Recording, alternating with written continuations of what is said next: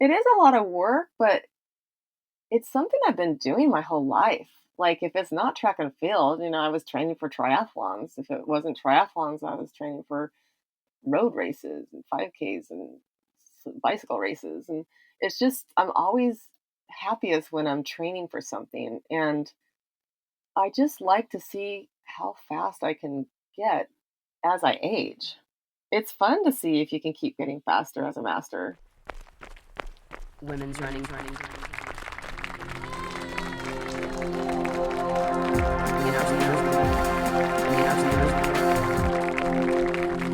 Women's running stories.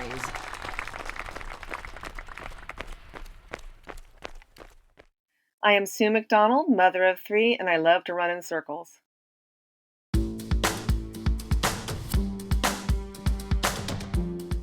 Yes, this is the story of how Sue McDonald does keep getting faster as a master who loves to run in circles.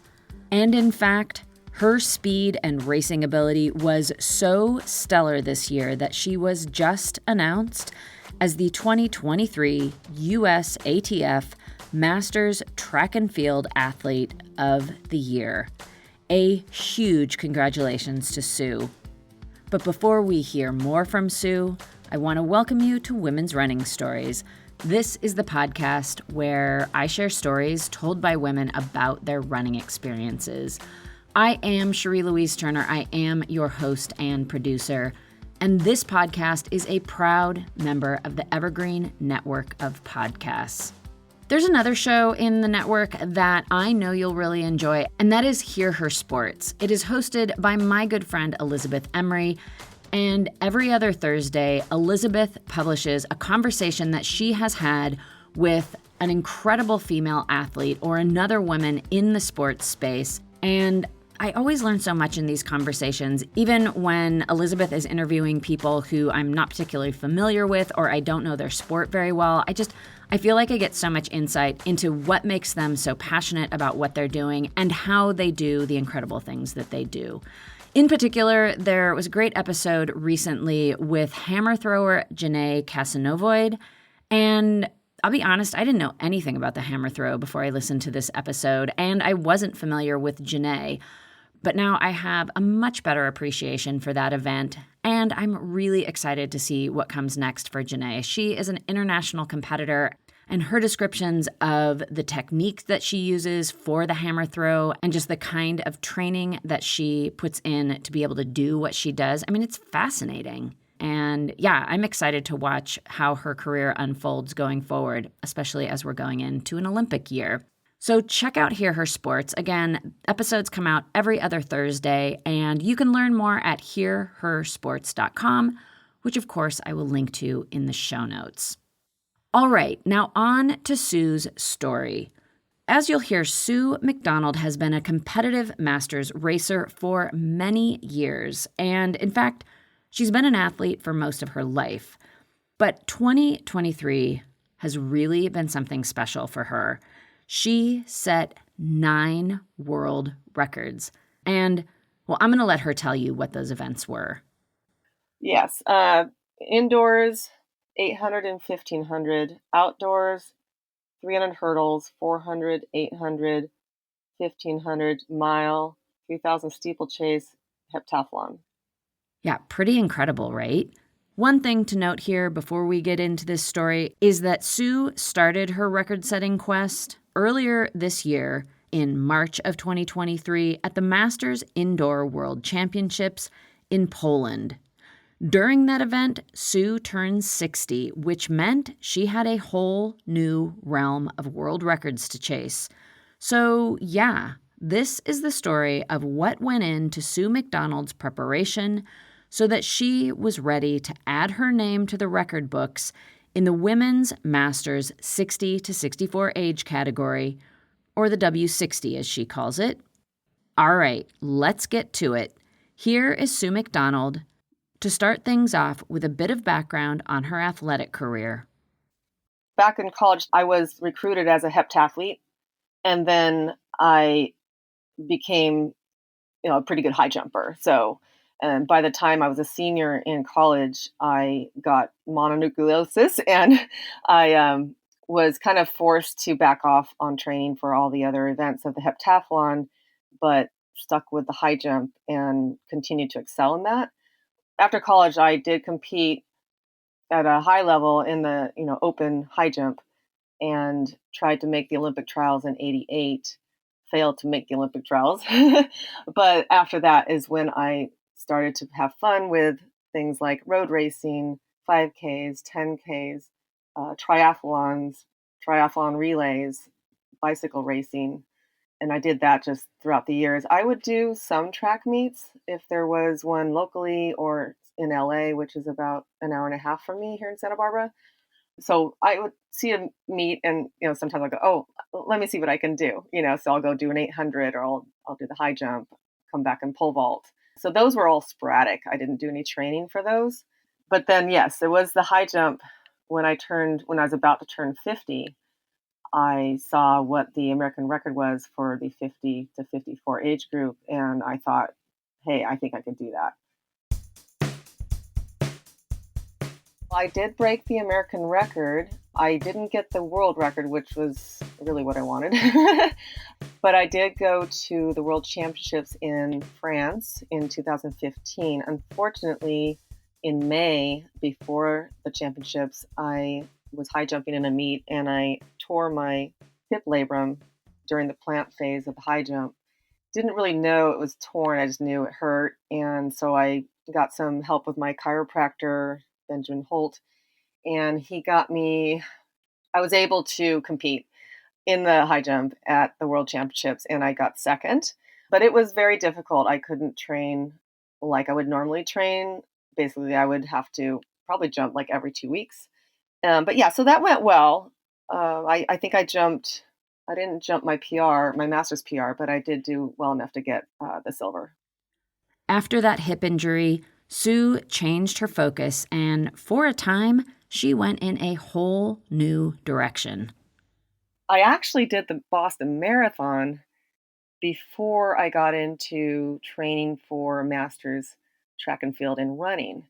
The reason I got into the marathon training was because I thought since I can't jump anymore, maybe I can just run slow and long. So I got the great idea to try to qualify for the Boston Marathon in 2017. So I ran a qualifier in Santa Rosa, California, and it got to go. But as it was getting closer to Boston, my hip was starting to hurt a little bit more, and I almost pulled out and decided not to do it. But all my running friends here in Santa Barbara said, "No way, you qualified for Boston. You're going, girl." So this was 2018 when they had the worst weather in the history of the Boston Marathon. And so I just decided I would just do it and have fun. So it was after that that I decided to try the middle distance and give that a go. And the 800 was always one of my best events in the heptathlon, where most heptathletes dread the 800 because they typically don't train for it. It's a beast of an event, not quite a sprint, and it's not quite distance running. So I knew I had some talent in that, and I also was also focused a little bit on the 400 meters. And I was on Facebook one day. I saw a woman post about a world record that she did in the indoor 800. And I didn't know this lady. Her name's Leslie Hines.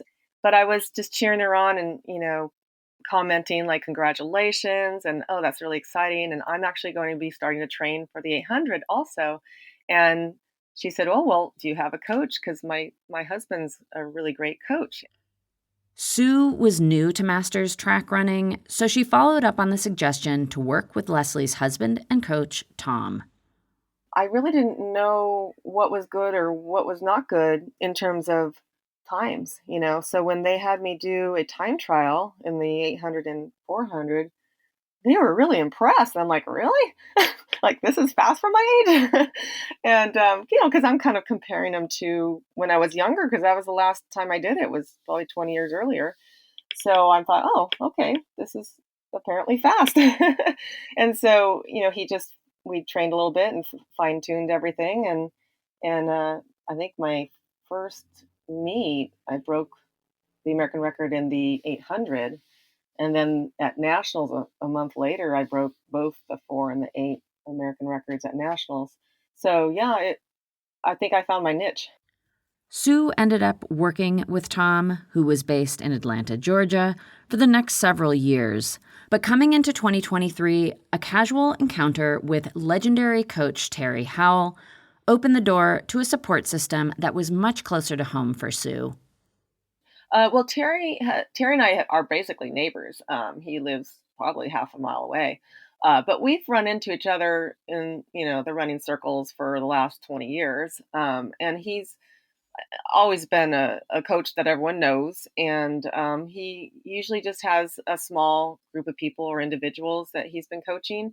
And so, there's only a certain number of tracks here in Santa Barbara. So I would run into him, like on an early Wednesday morning when he'd be training his group, and maybe I was training solo for many many years, and so sometimes I'd say, hey, I have to do a time trial today. Would you mind, timing me? But how we got together as far as working together recently was we just ran into each other at a summer track meet and got to talking to each other in the parking lot. And I was asking him questions about, hey, I really want to run some world records next year. And this is probably what it's going to take to do it. And he said, oh, yeah. He goes, you could totally do that. And he blurted out some times that he thought that I should be able to run in the 400 and 800. And he was an elite 800-meter runner himself, like almost pro. Like he would go to Europe and compete compete against all the great people. So he knows the event inside and out, and he's also a master's himself. So he knows that he has to train me a certain way because I'm not a spring chicken anymore.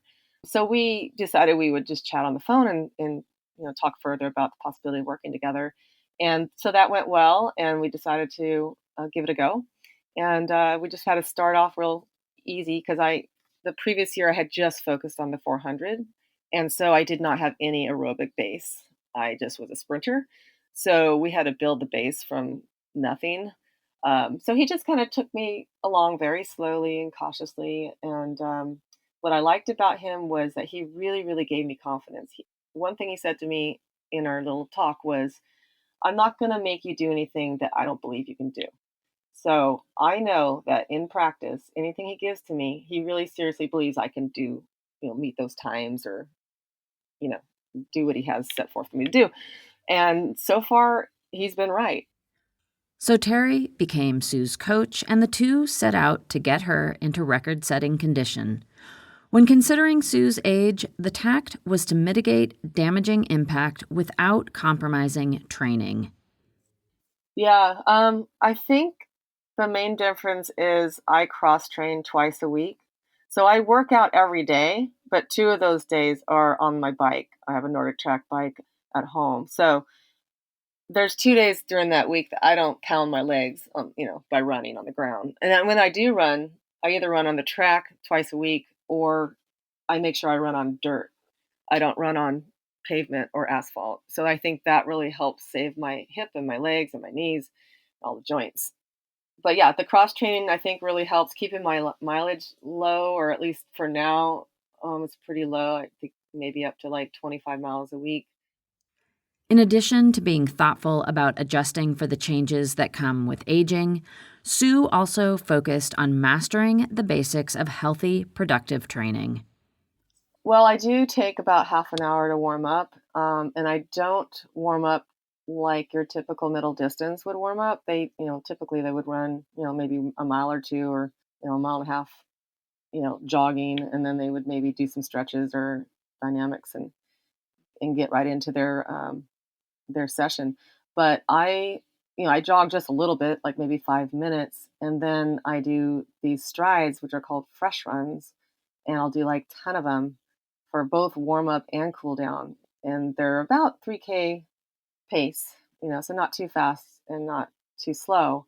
But if I have like a fast workout coming up, like that, if that day is going to be a really fast workout, then I'll make sure that some of those fresh runs are at the pace that I'm going to be hitting. So, you kind of lock in the pace. But yeah, so I'll do that. And then I do a bunch of dynamic exercises. I don't do static stretching, but I do stretching through movement, and I do that for about 10 minutes. So, yeah, one of the considerations I do is to make sure I'm very well warm up. I have my warm up routine that works for me, and I have a cool down routine that I like too. The cool down routine is pretty much similar to the warm up, where I do another 10 fresh runs. So that's covering at least 100 meters. So that's like you're getting in another 1,000 meters, but you're not jogging like, these shuffle jogs. I'm actually working on my running technique, which is something that I've really been um, conscious of throughout my college and post collegiate career, my running form. Sue was determined to leave no stone left unturned, so her preparation did not end with her training regimen. I had been plant based for 7 years until I decided, let me see what can I do to put myself in the best situation, to rewrite the record books. And that was, I knew I needed to do something about my nutrition because I really didn't think that I was getting proper protein. Because there's a lot of this plant-based stuff that I just didn't really like, to be honest. And so I sought out Cynthia Monteleone, who's a metabolic practitioner, but she wouldn't work with me unless I ate meat, red meat, because she really believes in the benefits of red meat and sports performance and health. So I decided, I called her back and I said, okay, I'll eat red meat. And so then she, we had a phone consultation, and she went through, my normal, like what I was doing now or then, and what would be best for my situation. And she came up with a protocol of a nutrition plan and some supplements like vitamins and minerals. And so that changed in January. And she actually said that my injuries would, I would be less inflamed.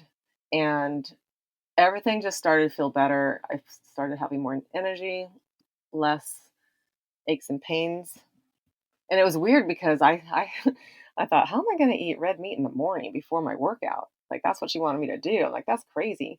But the thing is, it was just a palm size, so maybe like, I don't know, 6 bites of steak or something like that.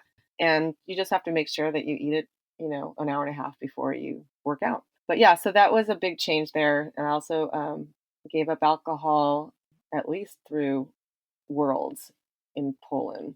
And afterwards, I drank a little bit, but then I went back on, you know, not drinking. What I do is take 2 Sue sips, as I call them, of my husband's drink, so that I kind of still feel like, oh, I'm still.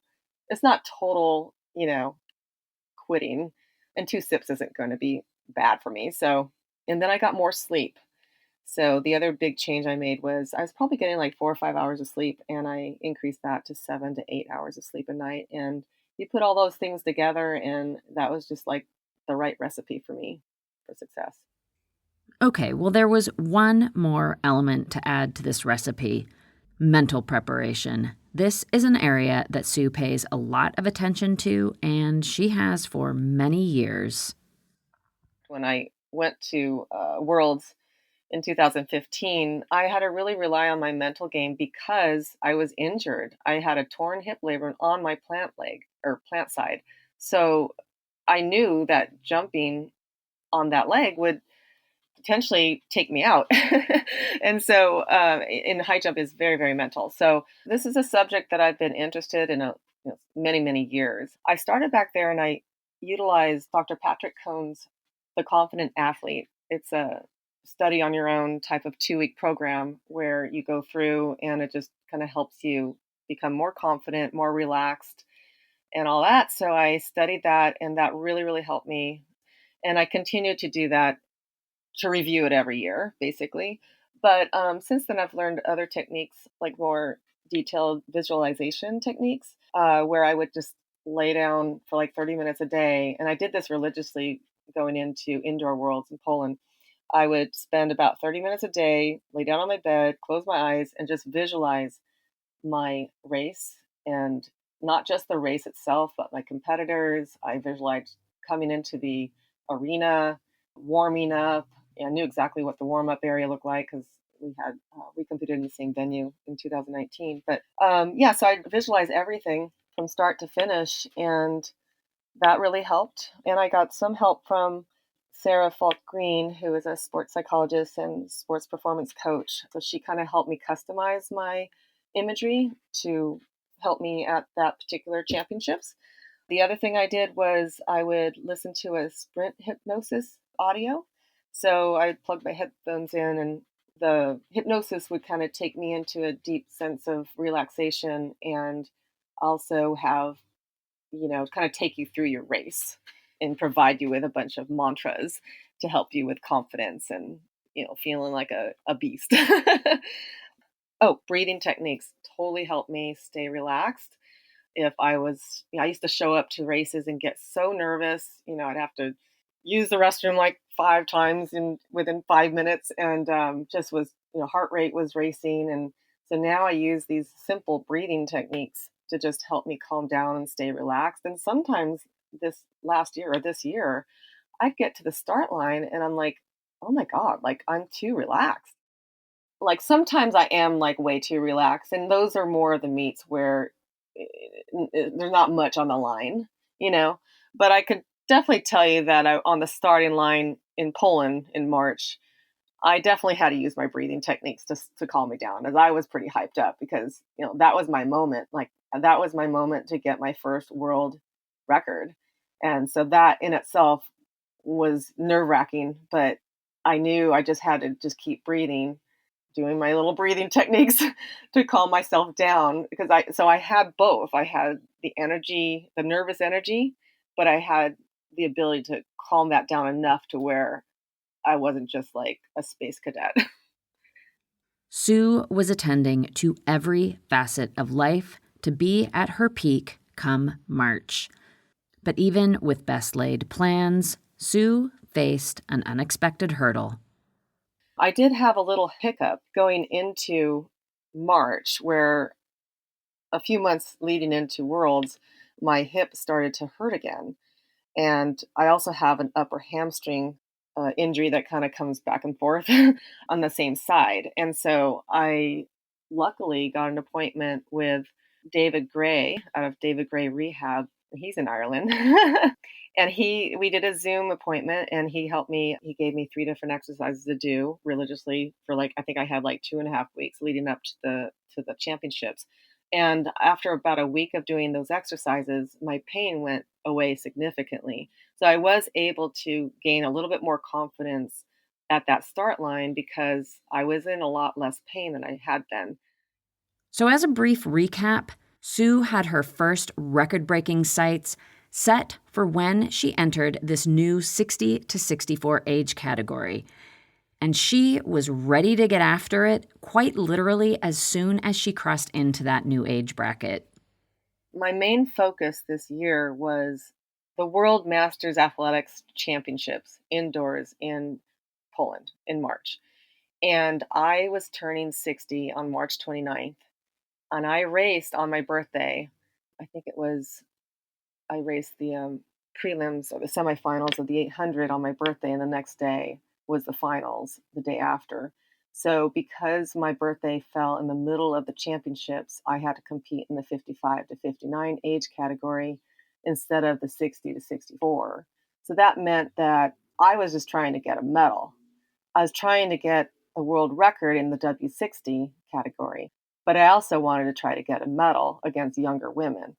So, I basically just followed them as closely as I could in the 800 and the 1500-meter races, and they're pretty fast. We had Michelle Roll from the USA and Ava Trost from Germany, two really respected athletes leading the way. So I just tried my best to stick to them. The 800 was first, and then the 1500 was next. I think I had a day of rest in between. Yeah, so Sue would be running with younger, faster racers throughout the World Championships. She was running in the 50 to 59 category, but her runs counted towards records for the 60 to 64 category. And since she had some idea of the speeds that these younger runners would be running, she knew she could pace off of these faster runners to help her set these W60 records. So going in, Sue had a really clear race plan.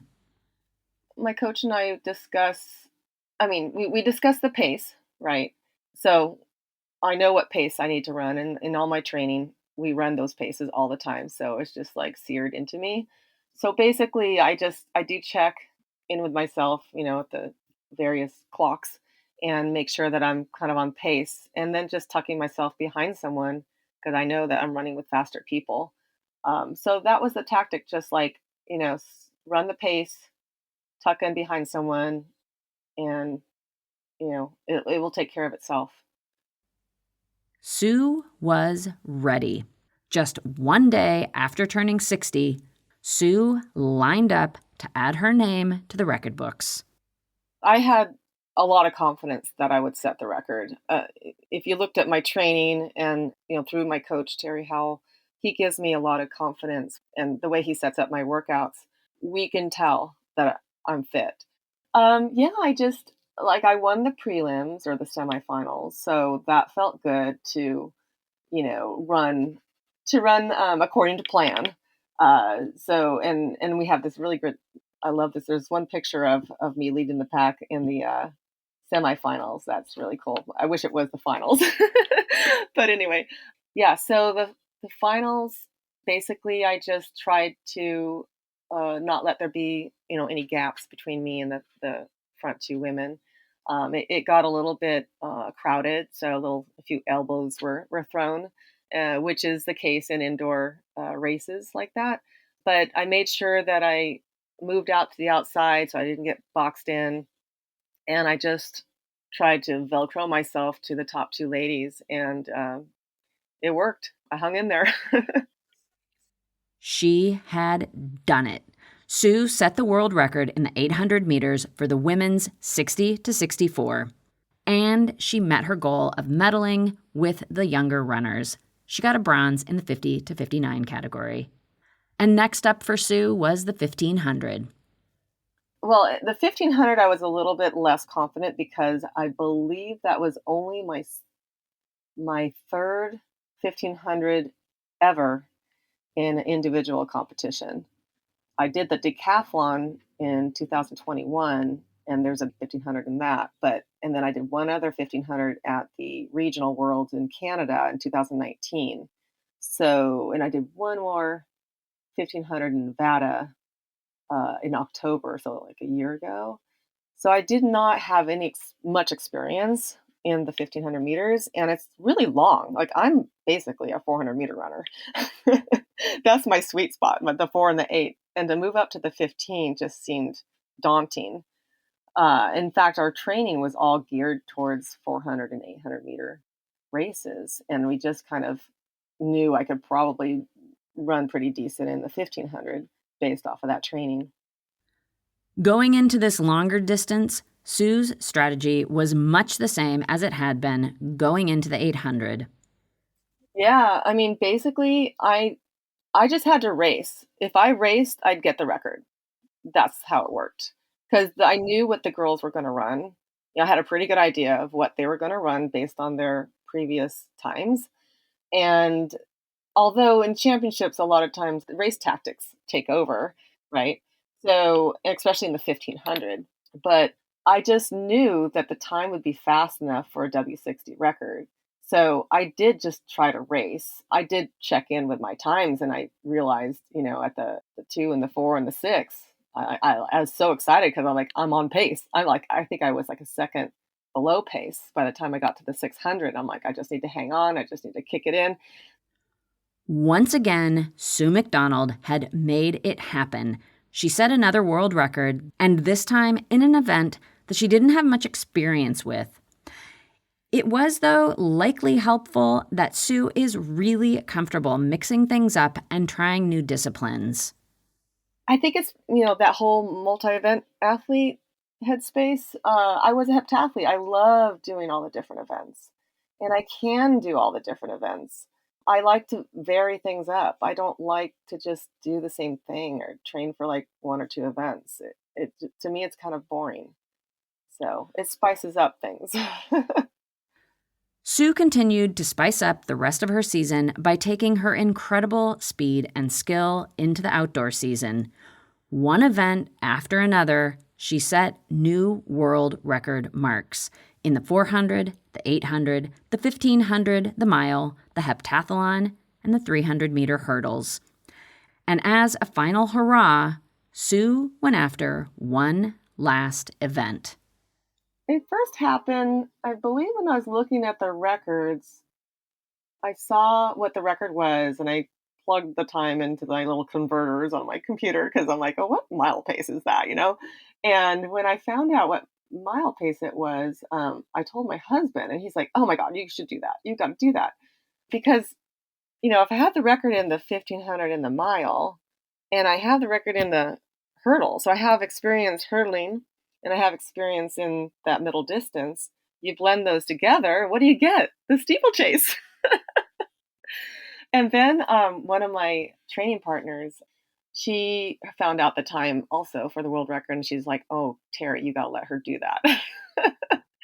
And so then it began. Like we thought, okay, we'll do it at our Club West meet here that we have once a year in Santa Barbara.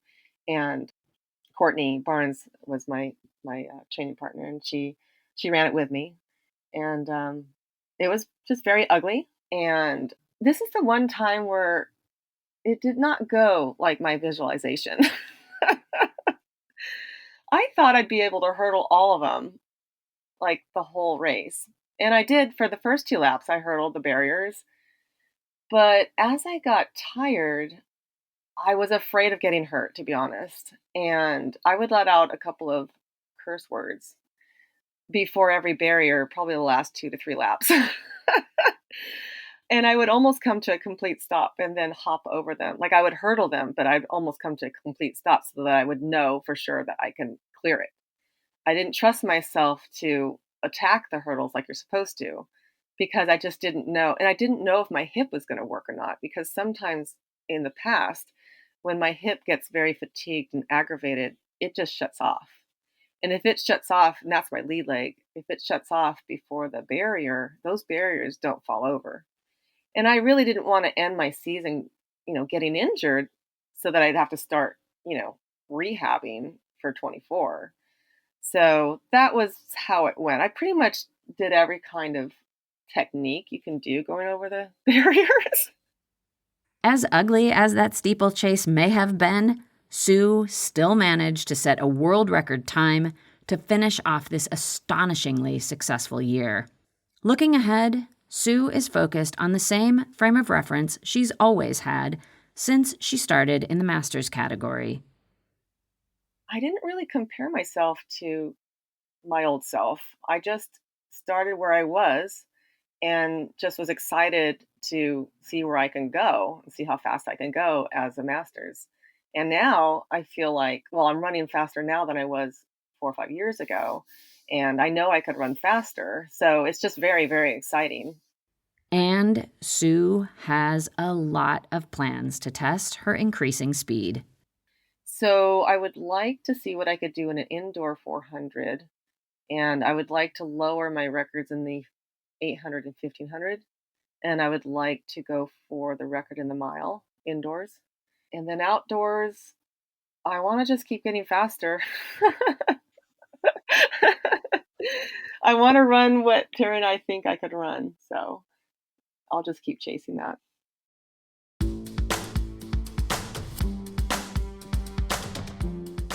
Well, I am really excited to see what comes next for Sue McDonald.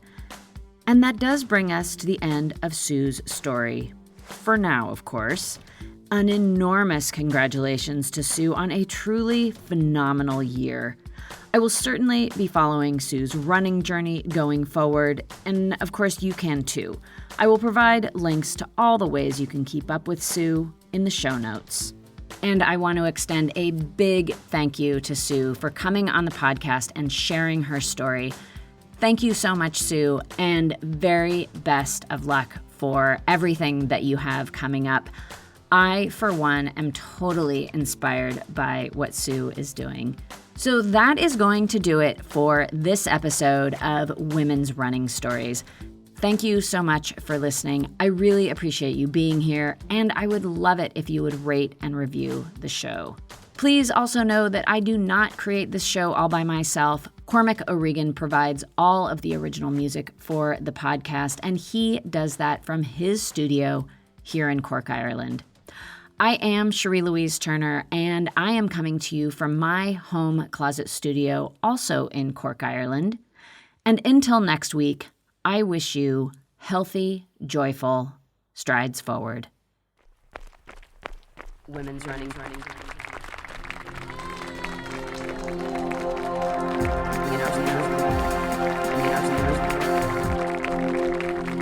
Women's running stories.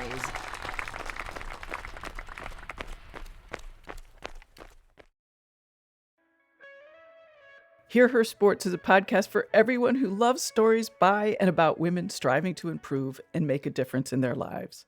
I am your host, Elizabeth Emery, a former professional cyclist. In every episode, I introduce a female athlete or woman in the business of sport through a thoughtful conversation about who they are and the terrific work they're doing. My guests and I explore the glorious and frustrating issues in sports, history, equity, training, nutrition, and so much more. Join us for inspiration, for community, and for love of being a strong, athletic woman.